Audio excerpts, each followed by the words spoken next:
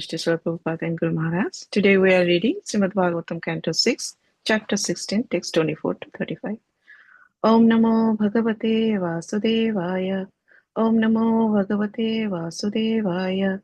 Om Namo Bhagavate Vasudevaya. Narayanam Namaskrityam Naram Chaiva Narottamam Deving Saraswatim Vyasam Tato Jaya Mudire Nastya Prayesu Abhadresu Nityam Bhagavata Seva Bhagavate Uttama Sloke Bhaktirvavati Nestike. Text 24.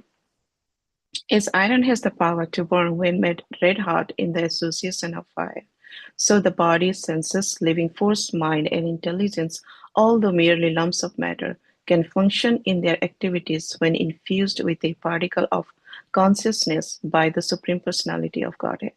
As iron cannot burn unless heated by fire, the bodily senses cannot act unless favored by the Supreme Brahman.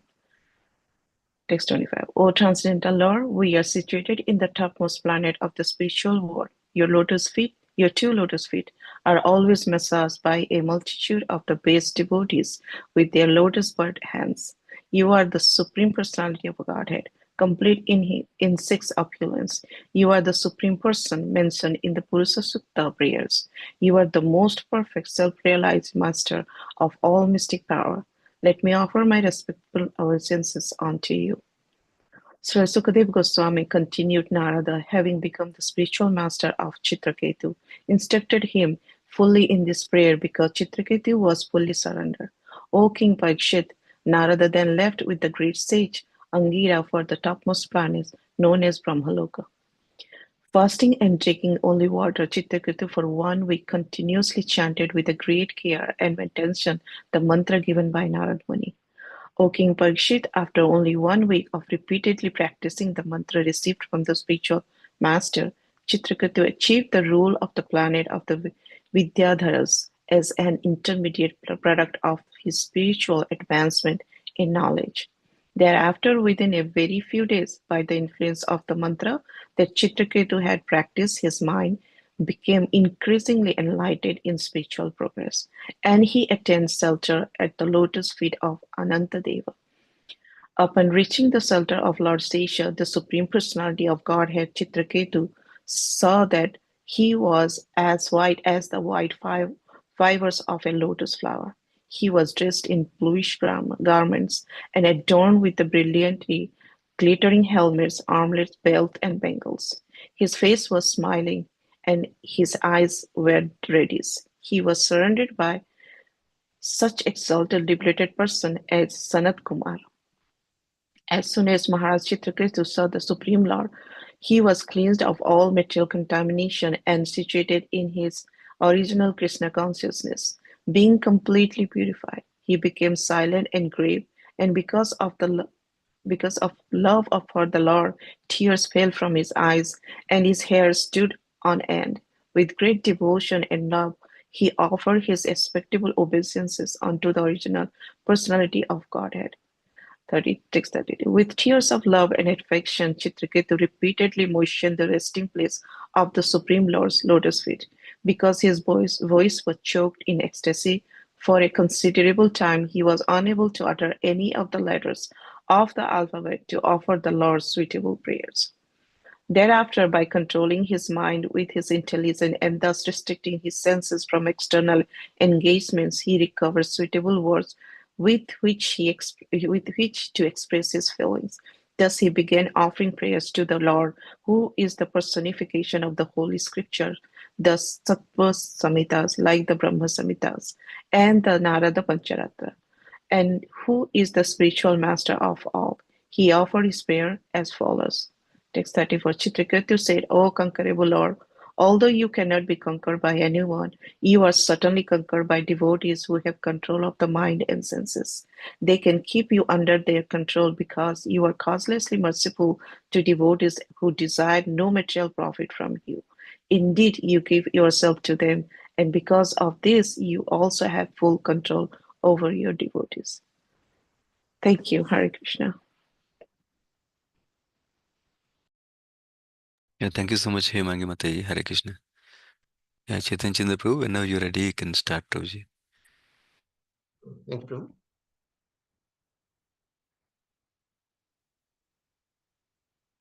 Hare Krishna, dear devotees. Thank you, Himangi Mataji, for reading today. And thank you, Sundaram Prabhu, for giving this opportunity to share something for my own purification and for the pleasure of all assembled Vaishnavas. We'll be reading from Srimad Bhagavatam, Canto 6, Chapter 16, 24 to 35. I'll start by offering my prayers. ॐ अज्ञानतिमिरन्धस्य ज्ञानाञ्जनशालाकया चक्षुरुन्मिलितं येन तस्मै श्रीगुरुवे नमः। नमः ॐ विष्णुपादाय कृष्णपृष्ठाय भूतले श्रीमते भक्तिवेदान्तस्वामीति नामिने। नमस्ते सरस्वते देवे गौरवाणी प्रचारिणे निर्विशेषशून्यवादी पाश्चात्यदेशतारिणे। जय श्री कृष्ण चैतन्य प्रभु नित्यानंद श्री अद्वैत गदाधर श्रीवासादि गौर भक्तवृंद। हरे कृष्णा कृष्ण कृष्णा हरे हरे, हरे Ram Ram Ram Hare Hare.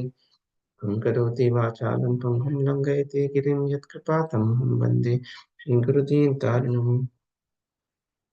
Hare Krishna, dear devotees. So, we are reading from Srimad Bhagavatam's Canto 6, Chapter 16. And the title is Chitraketu Maharaj Meeting the Supreme Personality of Godhead. So, in the past couple sessions, when we began this particular chapter, 16, we discussed, Sundarachal Prabhu was describing wonderfully how the Jivatma, the son of Maharaj Chitraketu, once when all the queens were lamenting after his passing away, the son was brought back by the grace of Sri Narad Muni, and he comes and gives them a wonderful discourse on the importance of spiritual life and to understand the difference between matter and spirit. And after hearing that discussion, everybody present is enlightened, and they go ahead to perform the last rites. And after performing the last rites, Narad Muni, noticing that this is an appropriate time to deliver spiritual instructions to Chitraketu Maharaj, accepts him as his disciple and starts instructing him. And in this particular place where we are in the discussion right now, Narad Muni is discussing wonderful prayers that he's teaching Chitraketu Maharaj to offer to the Supreme Personality of God. The two shlokas are remaining in that section of prayers by Narad Muni that Chitraketu Maharaj is hearing from his Guru. Text 24 is described that just as iron has the power to burn when made red hot in the association of fire, so the body, senses, living force, mind, and intelligence, although merely lumps of matter, can function in their activities when infused with a particle of consciousness by the Supreme Personality of Godhead. So when Narad Muni was offering his prayers to the Supreme Personality of Godhead, just like Sundaran Prabhu was describing yesterday, in his prayers he was describing the glories of the different manifestations of the Supreme Personality. So it began with glorifying the Brahman aspect of the Lord, and then talks about the Paramatma aspect. In the next shloka, we'll see how he talks about the Bhagwan aspect of the personal form of the Lord.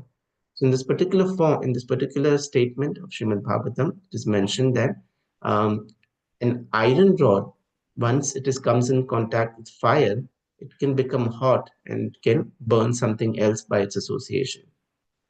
But by itself, an iron rod does not have that property. It is only by the mercy or the energy of the contact with the fire that it gets that quality.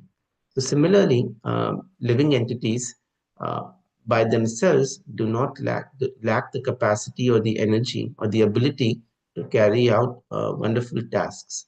But it is only by the strength, the association, the energy provided by the Brahman aspect of the Lord, where through his Brahman aspect, the Supreme Personality of Godhead manifests everywhere, spreads everywhere, and utilizing that energy, the living entity is able to achieve wonderful tasks. Lord Krishna says in Bhagavad Gita, chapter 15, text 15, Sarvasya chaham hridi sanivishto mata smriti jnanam apohanam cha. It is the Lord who himself gives the remembrance, the intelligence, and the forgetfulness for the living entities to perform these tasks. In the purport, Srila Prabhupada gives an example that just as brain matter. So, when we see in autopsies of this brain tissue, by itself it is just dull matter. It is nothing, just like a soft, firm structure that doesn't have any activity. But when it is infused by the living force, by in a living energy, we see so many wonderful creations that are manifested because of the brain matter. Um, that is again only possible because the supreme personality of Godhead's Brahman potency is spread in that gross matter at that particular time. So that's a wonderful description by Sri Narad Muni on the Brahman aspect of the Lord. In text 25, he goes on to describe the last part of his prayer. He says that, "O Lord, you are situated in the topmost planet of the spiritual world, and your two lotus feet are always massaged by a multitude of best devotees with their lotus bud hands." So, in this particular fashion, Lord or Narad Muni is describing the personal aspect of the Lord. He just mentioned that the Lord is, through his energies, is spread everywhere and he brings life into inert matter. But now, in his personal form, when he is situated in the topmost planet, in the Vaikuntha Lok or Golok Vrindavan, he accepts service from his devotees.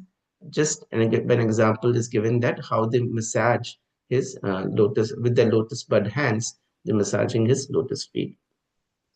So another thing Srila Prabhupada mentions in the purport is that Lord accepts service even if the devotees we are unqualified. So oftentimes we see that in this material world, when we descend to this material world and we are covered with this gross body of ignorance, um, we are not able to even see or realize the God with our material senses because they are so deficient. But still, just to accept our service, the Lord descends as the Archa Vigraha form, so that even with our material eyes, we can see him in the temple. Even with our material body, we can physically serve him. We can do archana, we do different abhisheks, we can do different service to him, even though we are not qualified. So just for example, like as we know that when, like, being parents, we have young kids. Sometimes they want to help in the kitchen, and they say, "Okay, I'm going to make a chapati for you." So I know my 5-year-old, she sometimes wants to do that. And we know that she's not qualified to do it. And but what her endeavor is probably not going to fill my stomach. But still, when she does something like that and she rolls up the chapati and makes it and bakes it and serves it, it fills my heart, even though we know she's not qualified. So in a similar fashion, when we offer service to the Lord is very, very happy with our service just because of our intention, not necessarily because of our own abilities or our own strength, because just as we saw in the previous verse, the strength and ability is given by the Lord himself. But just with our intention, our humble service attitude is what the Lord accepts. And that we can see that can only be done in the personal form of the Lord. In the next shloka, now we see after finishing his prayers, his instructions to Chitraketu Maharaj, Narad Muni has become the spiritual master of Chitraketu Maharaj. And once he was delivered his instruction, Narad Muni and Angira leave for the topmost planet known as Brahmaloka. Now, Prabhupada makes an interesting comment in the purport. He says, why did Angina Muni bring Narad Muni only at this juncture and not previously when he came to visit Chitraketu Maharaj? Srila Prabhupada explains that a living entity who's too much engrossed in sense gratification, who has too much material attachments, is very difficult for him to understand spiritual knowledge. Prabhupada quotes Bhagavad Gita 2.44, Bhogaishvara prasaktanam taya paharita chetasam vivasayatmika buddhi samadho na vidhiyate. That means that one who is too much engaged in bhoga aishwarya, too much engaged in sense gratification.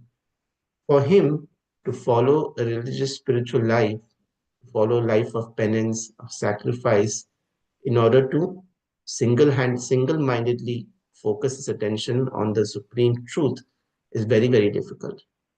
It is only by the mercy of a devotee. Sometimes we are put in such difficult situations where we are not able to enjoy, where we are suffering the pangs of this material miseries. that we get that moment of clarity that we are in a position that we can receive the spiritual knowledge. Sundaran Prabhu was also mentioning that how in our Vedic culture, there's such a wonderful tradition that usually at the time when some relative leaves his body, the family comes together and they refer to the Shastras, they read something from Garud Puran or from Bhagavad Gita, because that is an apt moment where, at least for maybe a few moments, a few hours, a few days, people have this realization that we are not the body, but we are the soul, although they may forget after a few days again and get back to the daily routine of life. But it is quite possible that in that moment of clarity, when they have this basic understanding, that they may take advantage of the scriptures and use that moment to change their life. In Bhagavad Gita, the Lord also describes in chapter 3, text 38, how the living entity is covered by three kinds of covering. The consciousness is covered by three kinds of covering. The first one is like a fire is covered by smoke. So when you're outside, you see smoke and you can see a little bit hint of fire, sparks of fire from the outside. In the second degree of covering, it's like the mirror that's covered with dust. When the mirror is covered with dust, sometimes you don't know what's underneath, but a little bit of dust is removed from here and there, and you can start seeing the reflection in the mirror. You can start seeing that consciousness of the living entity. And the third thing is, sort of the worst degree of covering is just an example of how the embryo in a mother's womb is covered by the womb. So from the outside, you cannot make out anything what's going on the inside. So similarly, when this degree of covering of a living entity slowly cuts down from like the embryo covered from a womb to the mirror covered with the dust, and finally to smoke that's covered with fire, or fire covered with smoke, as you get lesser and lesser degree of covering of material attachment of ignorance, you are more likely to achieve spiritual knowledge. Next, in text 27, is described how Chitraketu Maharaj, he fasted and drank only water and continuously chanted the mantra and the prayers that's given by Narad Muni. In this particular fashion, after only 1 week practicing the mantra, Chitraketu Maharaj achieved the planet of the Vidyadharas as an intermediate product of his spiritual advancement in knowledge. So Srila Prabhupada comments in the purport that many times devotees may get certain benefits by dint of their spiritual activities. So because Lord Krishna is our Supreme Father, whenever we approach him, whenever we sort of express love to him through the process of bhakti, he decides what is good for us and what's not. So he may sometimes give things to us which is good for us. Oftentimes people have this question that, oh, the devotees of Krishna, oh, they are so poor. Krishna takes things away from them. They go through so many difficulties. So it's true. Krishna, sometimes devotees may not be materially well to do, and sometimes they go through a lot of difficulties. But Krishna only gives those facilities that are that enable us to enhance our bhakti. If and sometimes Krishna also has devotees who are very well to do, like we see Pratap Rudra Maharaj in Chaitanya Charitamrita Leela. We see the Pandavas. We see a lot of kings in Srimad Bhagavatam himself, the wonderful devotees of the Lord, like Janak Maharaj. So these wonderful personalities, the reason Krishna provides them those particular facilities is because they use those facilities for the service of the Supreme Personality of God. However, that same facility, if it is being used or if it is hindering our service to Krishna, then that facility is taken away by the Lord. So if if we have a lot of wealth and we are completely engrossed in that wealth or using that wealth completely for sense gratification, Krishna might see that as a hindrance and might take that away. But if we use that wealth and use that wealth in service of Krishna, then Krishna may provide us more wealth in order to continue that particular service. Srila Prabhupada also comments in the purport to the next verse about the concept of Yukta Vairagya. That there are certain sampradayas in Hinduism and other schools of thought that believe that we should be completely detached from all material things. That is not what we have learned from our sampradaya. Sampradaya teaches us that we can use material things if they are in service of Krishna, and that can also be that's called Yukta Vairagya. So It is Vairagya because we are not using it for our own sense gratification, but we are utilizing those things in the service of the Lord. And that is why we can be detached from the same thing. Prabhupada gives an example that if a devotee has a lot of wealth and he builds a temple, then he doesn't see anything material in that service. Oh, these are just bricks, these are just stones. No, he sees the bricks, the stones, the deity, everything that goes into the building the temple, the time is something spiritual.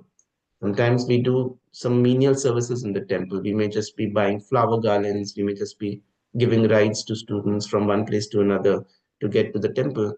And these are also spiritual activities, and then they're not necessarily material activities because we are enabling people to come closer to Krishna, and we are doing this for the pleasure of Lord Krishna.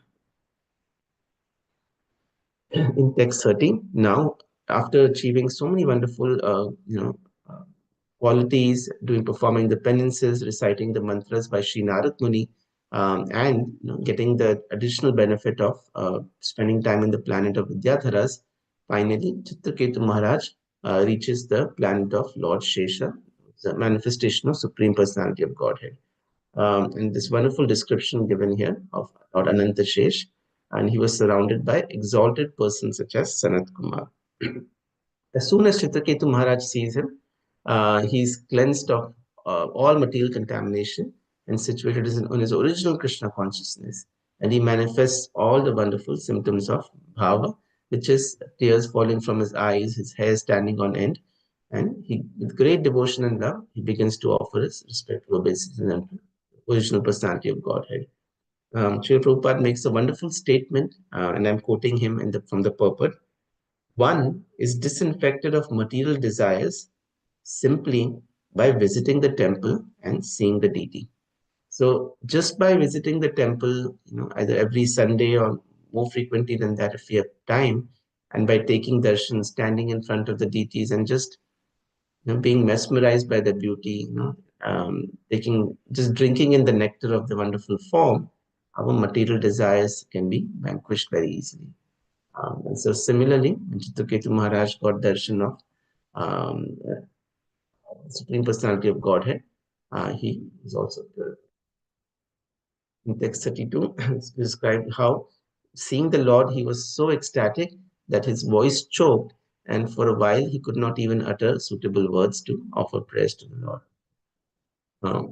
Finally, in text 33, he uses his mind and intelligence and sort of controls his emotions.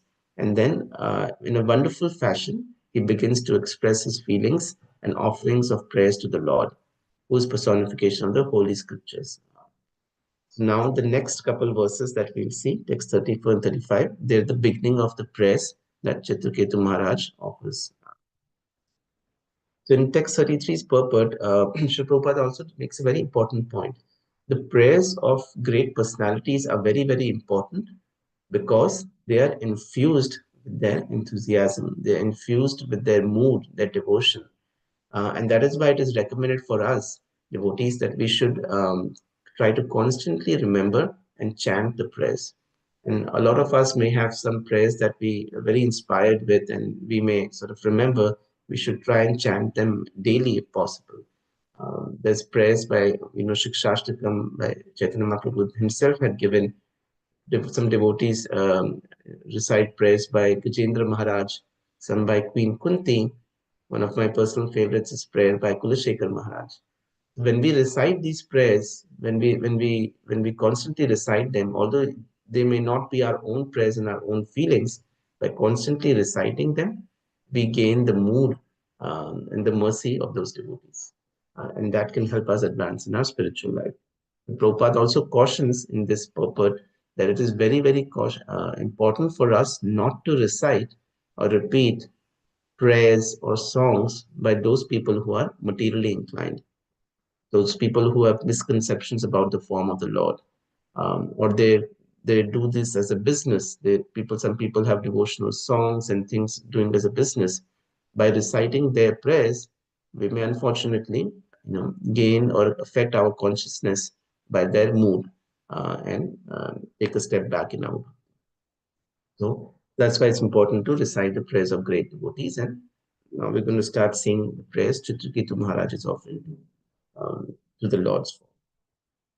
In text 34, so Srila Prabhupada has written a wonderful purport to this text, and if devotees have time today, I would recommend reading this purport. So it is said that, Lord, although you cannot be conquered by anyone, you are certainly conquered by devotees who have control of the mind and senses. So Prabhupada makes a point in the first paragraph of the purport that the Lord and devotees, they both conquer each other. It's very interesting that we always pray to the Lord to be His servant and to serve the lotus feet of the Lord. But sometimes the Lord also wants to be serving the devotees. So He takes this role. He creates these situations. One devotee had described to me a long time back that sometimes the Lord puts devotees into predicaments, difficult situations, just so that the devotee calls out to the Lord, and the Lord can rush and come in and serve the devotee. So sometimes predicaments can also be seen in this wonderful perspective. So we see Prabhupada gives an example how the gopis wonderfully served Krishna. They used to bring flowers for him. They used to dance for him. And in similar fashion, Lord Krishna, in order to increase the pleasure of the gopis, he used to play the vamsi. And playing the flute, he used to bring pleasure to the gopis. And in this particular way, they exchanged service with each other.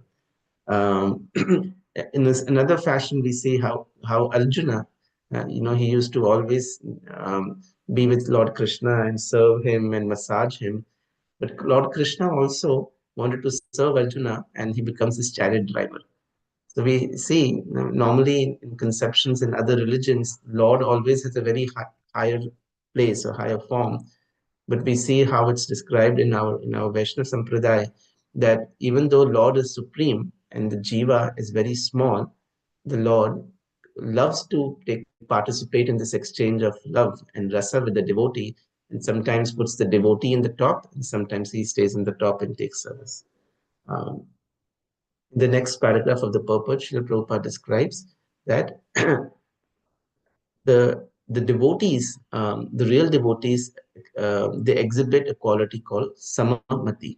Samamati, Srila Prabhupada describes, is uninterrupted service. So these devotees who have been completely conquered by you, or who completely conquer you, what is their quality? Their quality is in each and every situation, they stay focused on your devotional service. Whether it's change of season, whether it's change of circumstances around them, they never give up their service. This is a quality of those devotees who are conquered by you. The other thing that these particular devotees do, Chitraketu Maharaj is glorified, is they never try to be one. Love can always take place only when two exists. Love, when only one person exists, is also called narcissism in this world. But real love that is there, that can only happen when there are two. And the two that are there is the Jiva and the Paramatma, the Atma and the Paramatma. So these devotees, they never desire to merge in the impersonal form of the Lord, but they always want to serve the Lord in different rasas and different moods. That's another quality. And because of these wonderful qualities that these devotees exhibit, Srila Prabhupada states that the Lord, he gives himself up to such devotees. And the last shloka for the day, we see in text 35, Chitraketu Maharaj prays that he glorifies the Lord and says that this cosmic manifestation and creation, manifestation and annihilation are all but your opulences. There are other demigods who are in charge of these particular roles, and they derive their energies from this. But ultimate controller is the Supreme Lord himself. We sometimes take things from Lord, and we sort of assemble it together and can call it our creation, but truly it's not our creation. And Srila Prabhupada gives a wonderful analogy in the purport. He describes that scientists sometimes feel very proud that we've created a flying machine, an aeroplane. But Srila Prabhupada describes that in each and every step of that creation, the scientists were completely unable to perform that task without the help of Supreme Personality of Godhead. Because first of all, the intelligence to make all the calculations, the observations, to achieve those results That intelligence was provided by Krishna. Then the materials to assemble an aircraft that was not created by them, but they basically took different minerals and ores that are present in the earth, that's again provided by Lord Krishna, and assembled it together using the intelligence provided by him. And finally, they were able to build an aircraft, a flying machine. So just having a secondary creation, we should always be humble and understand where it's really coming from.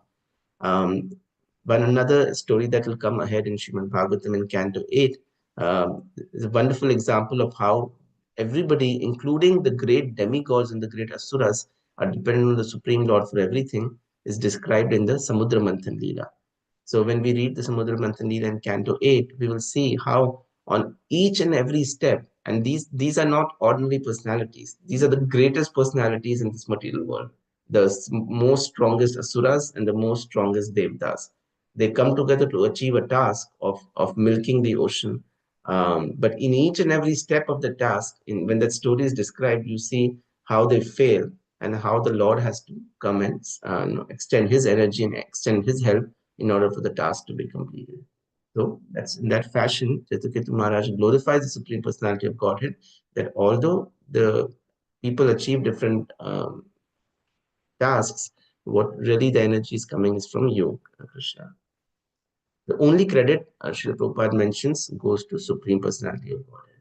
And that is what we should also remember, that whenever we perform a wonderful task, we sing a wonderful kirtan, we distribute books, or we do wonderful deity decoration, we should understand that that energy to do that particular seva is coming from the Supreme Personality of Godhead.